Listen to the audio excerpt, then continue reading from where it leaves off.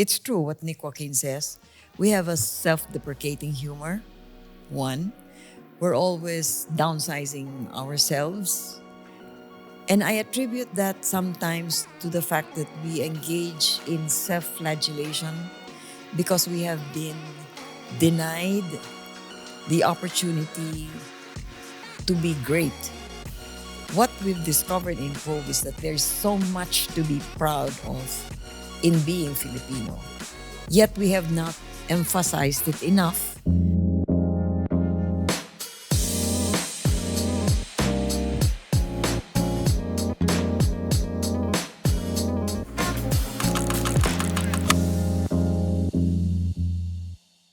Today, we continue our conversation with CLL, or Cheche Lazaro, powerhouse behind Probe Team and Probe Productions. Her journey into storytelling and navigating the media landscape, and what the future of media looks like and what is missing. So, are you able to use the Probe archives to tell or to comment on current events? Yes. Is this something that you're doing? Yes, the greatest legacy of Probe is its archival library. I think we have something like 18,000 tapes Wow. that are now being digitized. Yeah. And it's really a history of the Philippines Yeah. over the last 35 years. That's because right. we continue shooting Yeah. up to this day. And this 35-year history that we have started with Probe. Mm-hmm. And all of the producers that produce these shows contributed to this archival Right. treasure that we now have. Yeah. And the library is a compendium of what has happened in the past. Mm-hmm. But you know what is so interesting, Isa? The stories that we did 10, 15, 20 years ago repeat themselves. So now we have stories Absolutely. Yeah. on corruption. Yeah. Some of them have same characters. Oh. Others have different names. Yeah. But Same story. same story. Yeah. Same story. Hopefully not the same conclusion. Yeah. Well, I think back then, TV was the gold standard. News, Yes. and there was there was ethics, there was Yes. structure, there were consequences. Now you don't have this. Don't have Yes. this, right? But Yes. I see it in, let's say, news outlets in the West, whether it's the New York Times or at a certain degree, Rappler or CNN or Al Jazeera. Their professionalism creates standards, Yes. right? And Yes. I feel that that's what we've lost here. So for our country, which is it's going through another I don't know what cycle. It's like we are so abused. Yes. We are abused. Yes. We are victims of abuse, and it's depressing. We don't deserve it. We don't deserve it. And people like you, people like, Probe Team members and people who've come back Yes. and who continue Yes. in the trenches. It's a very, it's depressing. Yes. And it's something that, it's a certain degree, it feels a little hopeless. Right. One other thing, Isa, that I'd like to add to what you said is that one realization about media here and in the United States as we speak is that big business is a large part of the way media runs. Yeah. It's the financing that, Yes. as we said, no? Yes. We were crazy to be too idealistic, although I do not regret being Yeah. idealistic. Yeah. But big business has a lot to do with it. Yeah. Look at the United States. Look at the pressure being That's put right. on media, right? Well, here- Canceling shows, Here, canceling whatever certificate of operation, yes, whatever happened yes, some years back. at the whim of the political gods. I mean, this is, the Philippines has been known as the freest press in Asia. We always Yeah. used to quote that. Yeah. I don't know how real that is today. Yeah. Maybe it's still true, relatively true, yes. There has been no massive clampdown, but we see signs. Yeah. We see signs around us, which is disappointing Yeah. because the freer the press, I think, it's like opening a child's mind to several books, allowing him to read. And as he reads, he gets better educated. His prejudices are tempered or removed. He becomes more mature in his thinking. Yeah. And overall, it makes for a better citizenship. So why? Well, that's the hope. That's the hope.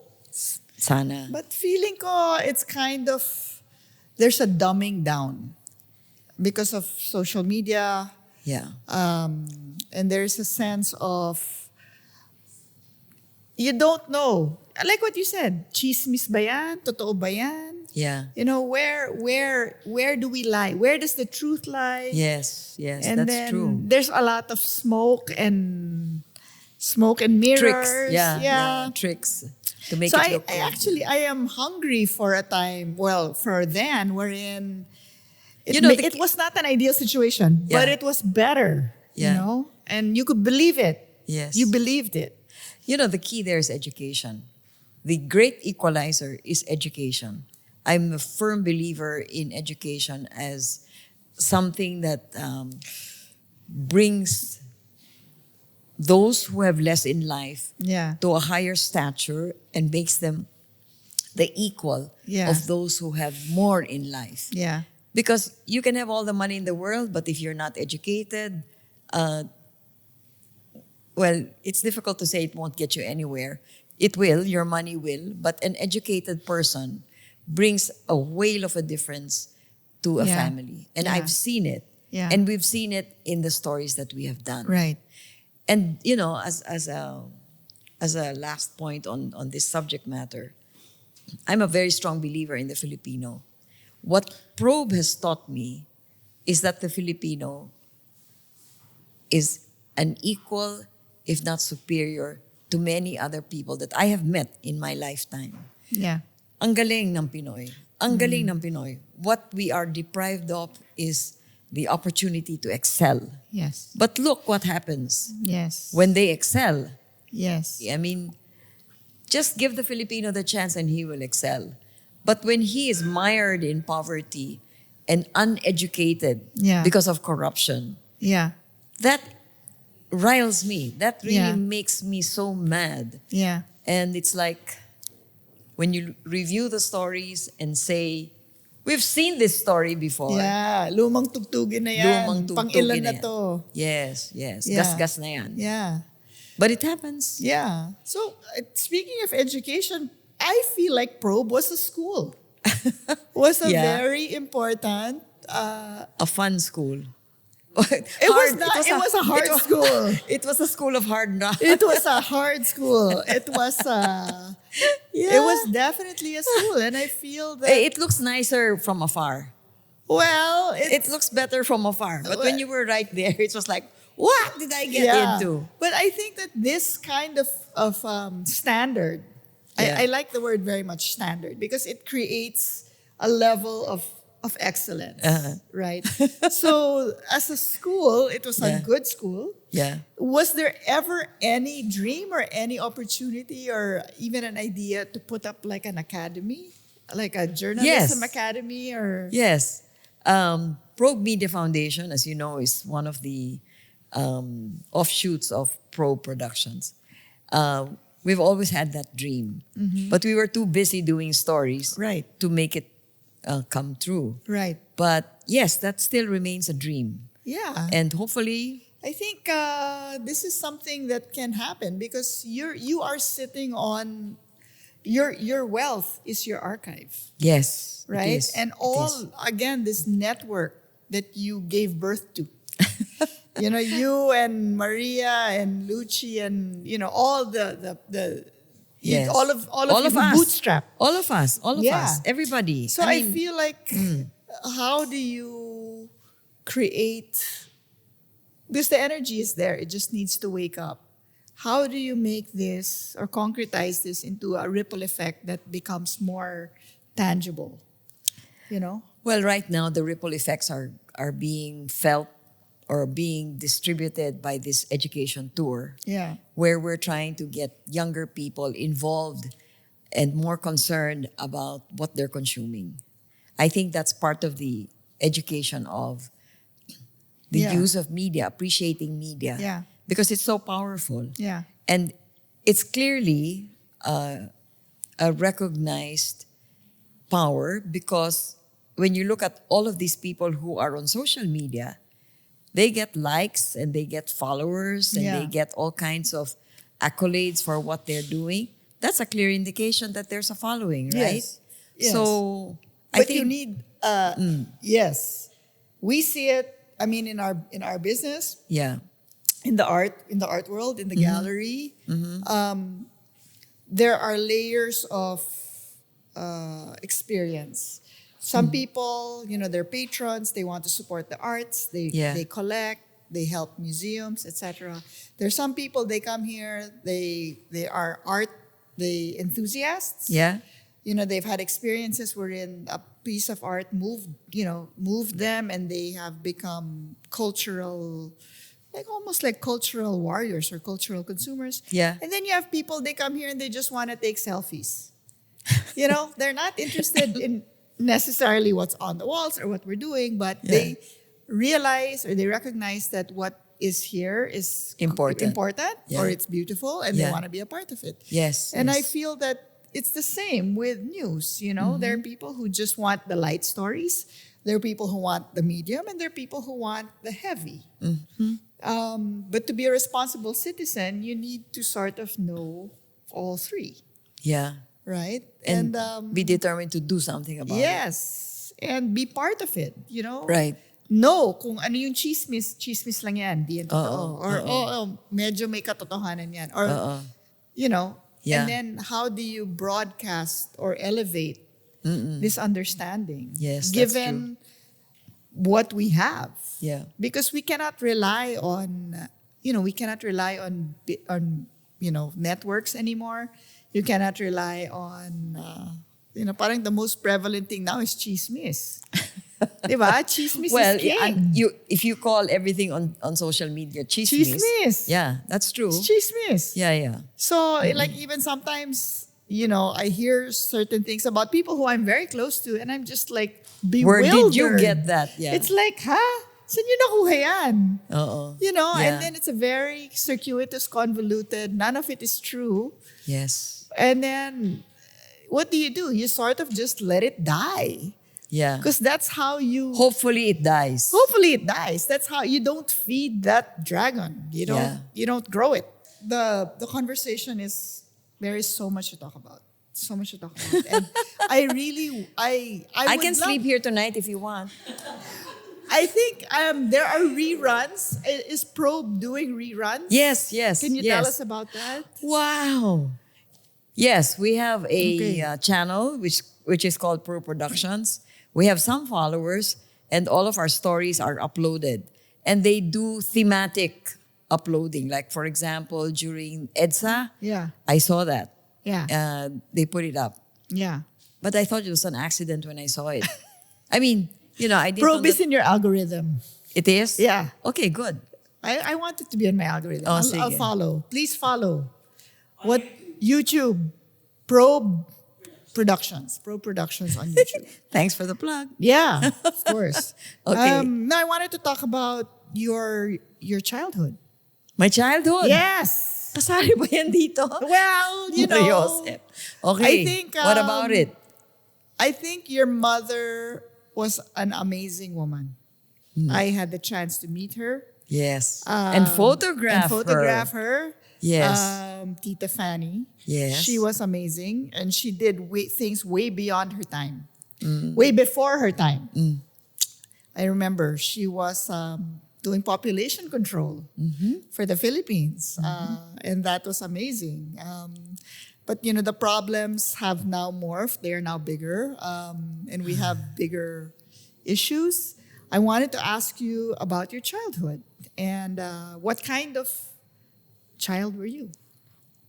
Were you a Me, or what curious kind of child? mother was she? Well, both, because and Okay. I mean, there were, of course, your sister. I mean, your whole family are such legends. Okay, let me start with my mom. My mom was born in Bulacan, Malolos, Bulacan. So she grew up there until she went to Manila to study her college, after which she went to the University of Michigan in Ann Arbor to take up her PhD in psychology. So that was her line of interest, because she had a professor that she admired so much, who was her psychology professor, Professor Padilla, I think. And so she took after him and met my dad in the States. They got married there during the war. I was born in the States, in Los Angeles, California. Came home when I was about 3 years old and have been here ever since. So my mom was she came from Malolos, from a very conservative family, but I think she was some kind of a rebel with a cause. And her cause was she wanted to explore what was beyond Malolos, Bulacan. So when she went to the States, she was surprised, not surprised, but impressed by how open the Americans were, how life was there. And so when she was rearing us as children, there were 6 of us, she was quite liberal in her views. She was not, the strict mom that watched over everything that you did. She encouraged us to take up extracurricular activities. She was active with the Girl Scouts of the Philippines. Her mother-in-law, Pilar Hidalgo Lim, Yes. was married to a military man. His name was Vicente. Vicente P. Yes. Lim. Yes. And so you would think that they came from a very strict, militarized family. I think my Lola was, but my Lola was also a civic leader. She worked for the suffragettes, for Filipino women to be able to vote. She was, curiously, also head of Parlatone Pictures, which was a movie company in the States, and they opened something here, and she was head of that, which came as quite a surprise for me. So when we were growing up, there were 6 of us, so it was a very rambunctious family. We were noisy, 3 girls and 3 boys. My mother worked the whole time. My father was also busy earning a living. I went to JASAMS for my grade school, which again was a very liberal-minded school. There was a principal, her name was Doreen Gamboa, who was also quite liberal in her thinking. So liberal that one of the stories going on around her was that when children were asked to paint the moon or the sun, they would paint it different colors. And one kid painted her sun purple. And the teacher said, no, that is wrong. The sun is not purple. It's supposed to be yellow. And Mrs. Gamboa was reported to have said, no, allow the child to paint it in whatever color she feels is right. So that was her philosophy, that you should nurture the child at his own pace and with his own perception of things. So that stuck to my mind because she was the principal, and the school that I went to encouraged creativity, encouraged you to be yourself, to be as crazy or as conservative or as imaginative as you wanted to be. My sister and I, Nina, who is younger than me by a year, we lived in San Lorenzo. Am I saying too much? No. There's too many details na. No, okay lang yan. Nina's next. She and I started a club of kids our age. So we each had a bicycle, and we would bicycle every afternoon. We called it the San Lorenzo Boys and Girls Club. Okay. So there were boys in our club, there were girls in our club. the prettiest girl lived opposite our house. Okay. And we would bike around. We decided to mount a play, Snow White and the Seven Dwarfs. Okay. So we had a garage that was separate from our house where my dad parked the car. And every time he went to the office, we used it as our As your stage. stage. Yeah, that was our stage. We would put up a wire with some of the sheets of my mom, and we would make that our curtain. You're backstage. Yeah. No, that was the That was curtain your- that's the okay. curtain of the the theater. stage of the theater, yeah. And so I was the director, Nina was the musical director. We had a piano in our living room, and we would push the piano to the kitchen My goodness. so that the Okay. garage can hear hear it. the music. Yeah. And then we would ask our cook to sew leaves onto shorts and a t-shirt because Oh this my was going to be worn gosh. by one of our gang mates who was going to be a tree Okay. at the site of Snow White's burial, Yeah. right? Yeah. There had to be trees. So we had several trees that were moving with leaves on their Yeah. costume. That was fun because, we would invent all kinds of things. And I think my brothers who were little young, we made them little animals or whatever they were in the forest. Yeah.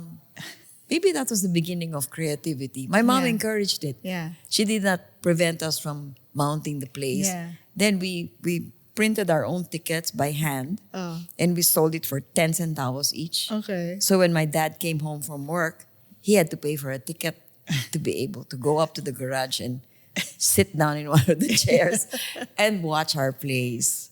So this Wow. is our That's a this was our first attempt at Yeah. theater. And ever since we've loved theater. My mom used to take us to orchestra performances. I remember going to FEU. You know, FEU Yeah, of has the course. theater. Yes. I remember seeing who was that dancer? It's not Makarova, but it was one of the Russian ballet Russian dancers. ballerinas. Forget her name. Yeah. To watch it, and then that's where I wanted to become a ballet dancer. Yeah. And then she would bring us to concerts, and that's when I wanted to become a conductor. And then when we had enough money saved, she would take us on a trip, and that's when I wanted to become a stewardess. But you see, all of these experiences, they open your eyes. Yeah. One at a time, or Yes. one experience at a time, to all these lives. Yeah. Okay. Today, kids, their entire experience is through a screen. True. So that's why you have kids. They want to become YouTube influencers. They Yes. want to become, I don't know. Yes. And how do we because these experiences, these again are core memories that you have. Yes. Yes. We're sitting here, it's but when you see kids, with this germ of creativity, I think that is so special. Because I didn't have any of that.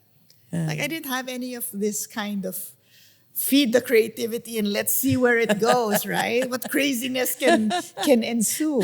Yeah. But yeah. No, I mean, you're coaching me into thinking of it. I never thought of it that way.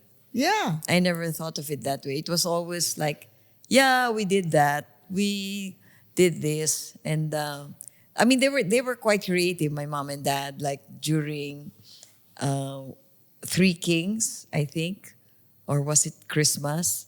They would have, the shoes of the Yeah. Three Kings, Yeah. and they would use talcum powder to mark it like Yeah. there was snow. Yeah. Oh, we really believed it was snow. Yeah, And we thought, hey, this snow smells good. Yeah, Because yeah. it was Talcum powder. it was Baby Johnson's powder. And then they would leave little candies Yeah. and they got us food. Yeah. But see the imagination. That's it. It's like the power of the Yeah, imagination yeah. is once it's allowed, or once it's harnessed and led to, I mean, this is where it all comes from, Yes. right? Yeah. Thank you, mom and dad. Thank you. Yes, Yeah. that is amazing. And there it creates a future, a tangible future of a possibility. So I that's didn't think amazing. of And it look that what way. happened to Probe. I mean, Probe is literally what your parents did for you. It's what you did for all these crazy kids. Yeah, well, they're doing much better than I am because they're starting out much younger, and they're creating they're really creating their paths. Yeah. In a good way. I'm very Yeah. proud of them. I'm really proud of all of the pro people. And I think they also want to know what is next for you. This legacy. Maybe Shesta. What is next for me is watching them bloom. Well, the library, of course. Seriously speaking, Okay. it's the library because this is, as you said, one main asset that Probe has been able to contribute to Philippine television, I think. Yeah. Because it's a recording of what happened in the last 35 years. Can Yeah. you imagine? Yeah. I mean, I can hardly wrap my head around 35 years. Yeah. I really thought that we would last for 1 year and 2 years. I remember Maria asking me, "So Cheche, what's your plan? What's your plan?" Well, for this year, etc., etc. How about next year? No, let's just think of this year. Let's just Yeah, survive yeah. this year. Yeah. Survival. Yeah, and to think that, Isa, we didn't. I knew I was concerned about survival, and every month when it was time to pay salaries, one thing that I didn't want to do is miss paying salaries. Yeah. Because I thought that would be the height of unfairness. Yeah.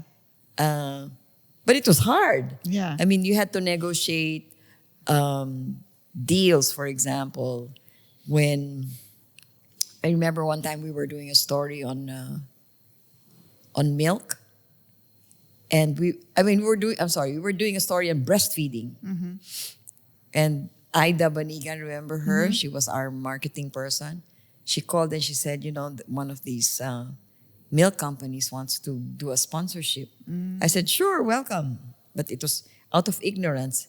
And then they said, they want to see the piece. I said, I'm sorry, as a policy, we don't do that. Yeah.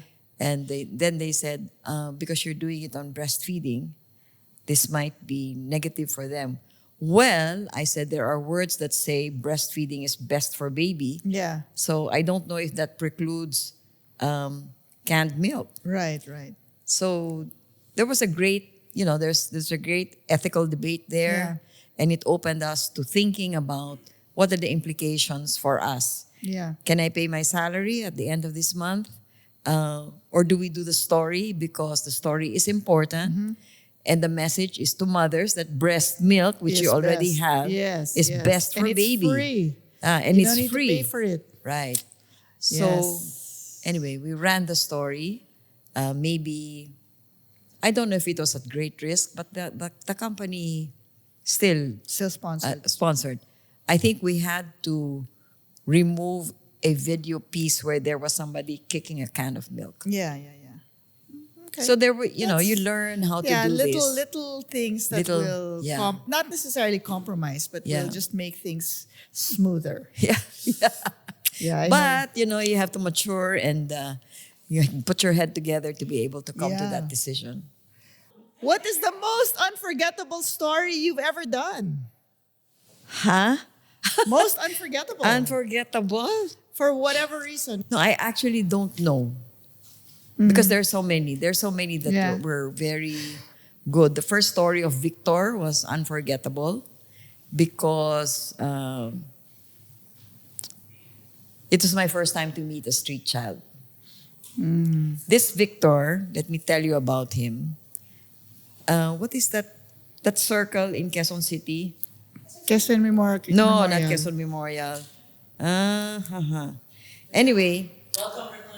Yeah, maybe Welcome Rotonda. Yeah. Basta it's round. Yeah, Welcome Rotonda. Okay. That's Manila. That's the boundary between Manila and Quezon City. So there were kids. No I don't think this is the one. They were under the bridge. They kind of lived under the bridge. And that was my first story of seeing pagpag. Ah, Because the Jollibee, I think there was a Jollibee, they would throw their garbage yeah, and they somewhere would there. collect the and food. these kids would get the garbage and eat it. Yeah. So this Victor came up to we were looking for a case study. As you know, we do case studies, Yes. right? Looking for a case study, and we found Victor. He was 7 years old. We sat him down for an interview, and he was really goose-goosing but so cute because he had very soulful eyes. And it was the first time that I interviewed such a kid. And I asked him about his mother. I asked him about his background, and I asked him, bakit ka nandyan? Kasi yung nanay ko umalis daw siya sa bahay niya. Sabi ko, bakit? Kasi ang nanay ko, puta. That's what he said. And then, he stopped. And he didn't talk for a few minutes. But we kept on rolling. And Denor, who was my cameraman, I think zoomed in on his eyes. And tears started rolling down his cheeks. And, Yeah. he was crying. He Yeah. was sobbing. I said, I continued my questioning and found out that he was being abused by the lover of his mother, who was a prostitute, and that he was sent away. So he took the bus as a stowaway, came to Manila, found himself under the bridge, and was living there for several months. This was a 7-year-old boy. Wow. And I was so touched by that story. I could not shake him out of my system. And I think my producer was Kathy Quiano. And she did a very, very good job of using the video. It was my first realization of the power of video, where she took it was a medium shot, and then the cameraman, I think it was Denor, zoomed in very, very slow. Did not cut the taping, because it was a long, long silence. It's very powerful. A really, really Very long silence. That powerful. he did not talk. And then he started crying, and then he said, kasi ang nanay ko puta. For a 7-year-old, this was weighed heavy. Yeah, Weighed really heartbreaking. heavy on me. And to make a long story short, I followed him.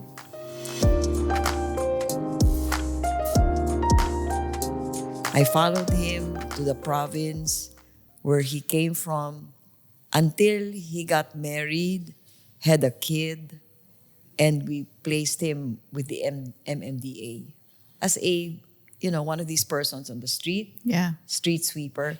I don't know where he is today, Yeah. but I'd like to see him again, Yeah. because he was early in the history of Probe. Yeah. He came as one of the first stories. Yeah. But See, this, we don't have this anymore. We don't have this it anymore. takes too much time. Yes, but it also these are the stories that really make you think and feel. It's like the total opposite of fast food, fast fashion. This is like Yeah. these are the trees that grow. Yeah, know? exactly. And after that story, a couple of people called me wanting to adopt him. But I forget now the sequence of stories, but I followed him many, many years later. And I saw him as a grown man. And the next time I saw him, he was wearing shoes. He was wearing, the first time I saw him, he was really wearing tattered clothes, no shoes. Yeah. You And know, then the- even what do you do, right? Like as a human being, not Yes. as a journalist, but as a Yes. human being. Yes. You just wanna feed Yes. him, give him whatever, Yes. Yes. Yes. Where is that line? How do you Yeah. stay within the line? Yeah. It also brings you down to earth. it tells you that you're not, some of us journalists tend to be haughty. We think that because we're on camera, because people recognize us, meron tayong mga K na hindi kailang, wag mo akong guluhin, journalist ako. Oo. And it brings, you meet people like Victor, and you know that you're just a speck. Yeah. And sometimes an insignificant speck. Yes. And Victor has many faces. There are many Victors. Okay, well, that was one question. And the last question has to do with a question I ask all our guests on Yeah. the show. It's about the heritage of smallness. So, The Heritage of Smallness is a short story by Nick Joaquin. And it talks about the Filipino just really wanting to stay within their comfort zone. Okay na ako dito. Hindi ko na kailangan, I don't need anything more. I don't have any greater ambition. Even if I'm talented, even if I'm good, I'm fine. I've made I have Mark. my, this part, my boundary. May boundary lang ako. The Filipino, all the Filipinos that we have met always has the, it's true what Nick Joaquin says, we have a self-deprecating humor, one. We're always downsizing ourselves. And I attribute that sometimes to the fact that we engage in self-flagellation because we have been denied the opportunity to be great. You go to other countries and you see the pride that they have in their country, right? You go with your passport to another country and you show them your passport and they tell you, come into this small room for a secondary inspection. What does that tell you about the passport you hold? Yeah. What we've discovered in Probe is that there's so much to be proud of in being Filipino. Yet we have not emphasized it enough, nor have we come to the realization that yes, we are worth everything good that they say about us, and we are nothing about what they say is bad about us. Yeah. It's greatly exaggerated and it comes from a few. Yeah. But the majority of us are not like that. Yeah. In fact, none of us are like that. When you see a Victor, for example, had he been given an education, had he been given the opportunity to work decently, had he had parents who were educated enough to know that abandoning their children, not giving them a chance for goodness in the future is a sin, then maybe there will be less victors. Whose fault is it? Ours. And oftentimes, we point at somebody, not knowing or not realizing that when you point at somebody, there are 1, 2, 3 fingers pointing back at yourself. Yeah. I'm guilty of that because I'm comfortable in the work that I do, but I'm happy that I get reminded ever so constantly by doing these stories that, hey, you're not doing enough. Yeah. And you owe it, if you're a true Filipino, you owe it to us to do more because you had the opportunity, Yeah. which we don't. Yeah. Wow. Okay. On that note. The end. No, Oh. true, amazing. I mean, to whom more is given, more is expected. And you have been given, and you have given back. Not quite. Yes, I think my wish is that we see Probe again. in its next iteration. And that there indeed becomes some kind of probe academy, probe, Yes. the Probe Foundation, Yes. Probe Media Foundation really takes root and grows into something formidable, effective, Yeah. and influential. The school. The school, yeah. Yeah. I think maybe a good start would be to gather all your illustrious alumni and to give them jobs. I mean, jobs that They're already will gainfully employed. no, jobs in the sense that part of what they're doing is taking these principles and planting those far and wide. I think they do. I think they do. I've heard people adopting some of the habits of Yeah. probe. I think they're doing it. Yeah, Maybe even making it better. yeah. But also recognizing that they came from probe. Yes, yes. I think Which it's is a always, big. I'm grateful for Yeah. that. People are always shocked to find out that there was a baby moment wherein I was at Probe. They're like, wow. Di naman baby moment. Well, it was not long enough to go into journalism, but it was long enough for me to take So big So, lessons. so let me ask you, do you regret that conversation of ours? Not at all. Zero regrets. About what? Moving from medicine to... No, not at all. In fact, I just celebrated my 25th year from med school. You 25? 25 years. So that was 25 years ago. I think I spoke to you in 1999, which My is now God. 27 years ago. Oh my God. And it was a conversation that came from the heart and difficult decision to make. But I knew that I had to make it. So I saw all my classmates from 25 years ago. So what did they say? Well, it's universal. They said, "Ang suerte mo. Really? You got away." Really? Yes. What do they feel caged? Yeah. Well, golden cage. Golden Golden cage, but yeah. caged nonetheless. Yeah. All doing very well. All Yeah. very successful in their different fields, but also, very, with a big what if. I think that I had very, very creative classmates. Yeah. And there are a handful of us who moved into the arts. I have classmates who went into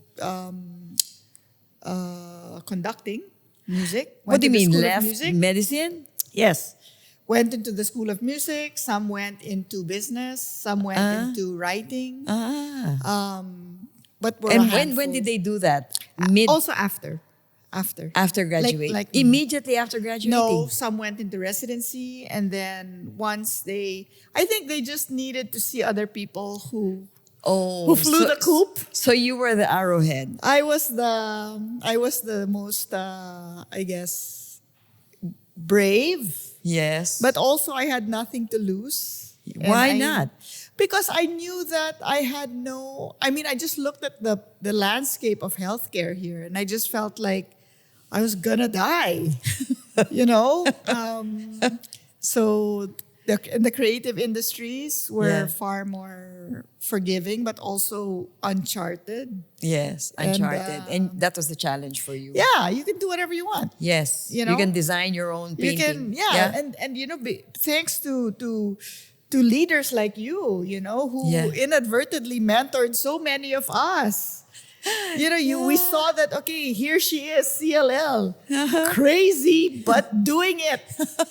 Let's Yeah. do it. Yeah, crazy sounds like a good word. Yeah. Yeah, and full on, 150%. Oh, crazy. Crazy talaga. Yeah. And I think that it was not a question of should I do it, but it's more of, okay, when can I do it? When can I do it? When can I do it? How can I do it? You did it immediately, di ba? Yeah. And still doing it. Yeah. Still doing and it. loving it. Loving it. Paving the way. Yeah, pioneer. Arrowhead ka nga eh. And then when I came back, 2004, I met your mother. Yes. We did this project. Yeah. Met more women pioneers. Yes. And so inspiring. And Yeah. if there was anything I wanted to do, I wanted all of these amazing women to become billionaires at what they were doing. Uh-huh. 'Cause that's- Not my I- mom. She didn't become a billionaire. But I feel like that is sort of the step. It's like, how do you create self-sustaining industries? Yes. Well, that's a Yeah. challenge which most creatives don't have the ability to do. Which is where I exist now, is trying Yeah. to create sustainability. And not Yes. just sustainability, Yeah. but wealth Yes. for creatives. Yes. Yes. Oh wow. That would be great. Yeah. Because that's one aspect that they don't know how to do. They don't know how to do. So that's what Talaga. we do. We create Opportunities for them. and not just opportunity, but they don't need to think about money because there is money. Yeah. What they do But already most makes artists, money. di ba, hand to mouth ang existence Hindi na nila. ngayon. Ha? Hindi na. Hindi na. Hindi na. What are the top 3 lessons that you want to pass on or usually pass on? Don't let go of your idealism. Keep it there because it will sustain you through times when you have doubts. Keep your questioning mind open to every possibility. Don't shut it. Give it a chance to breathe and to explore new experiences.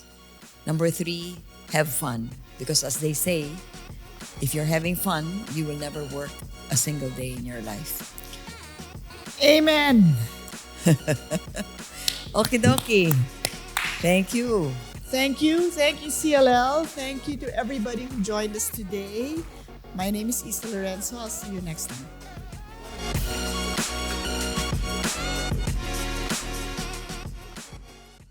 Creative Encounters with Lorenzo is produced by Manila Media.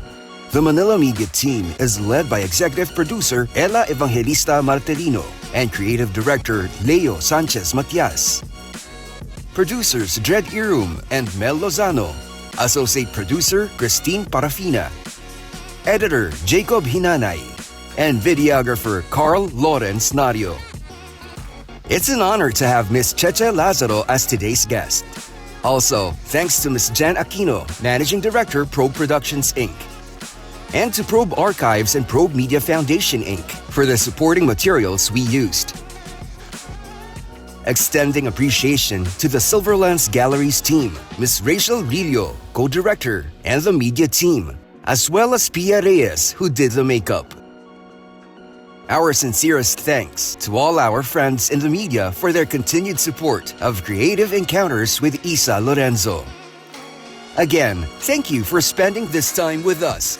If you enjoyed this conversation, please like, subscribe, and follow us on YouTube, Instagram, and Facebook at Silverlens Galleries. Be sure to explore our other episodes for more inspiring stories from the worlds of art, design, and culture. Until our next creative encounter.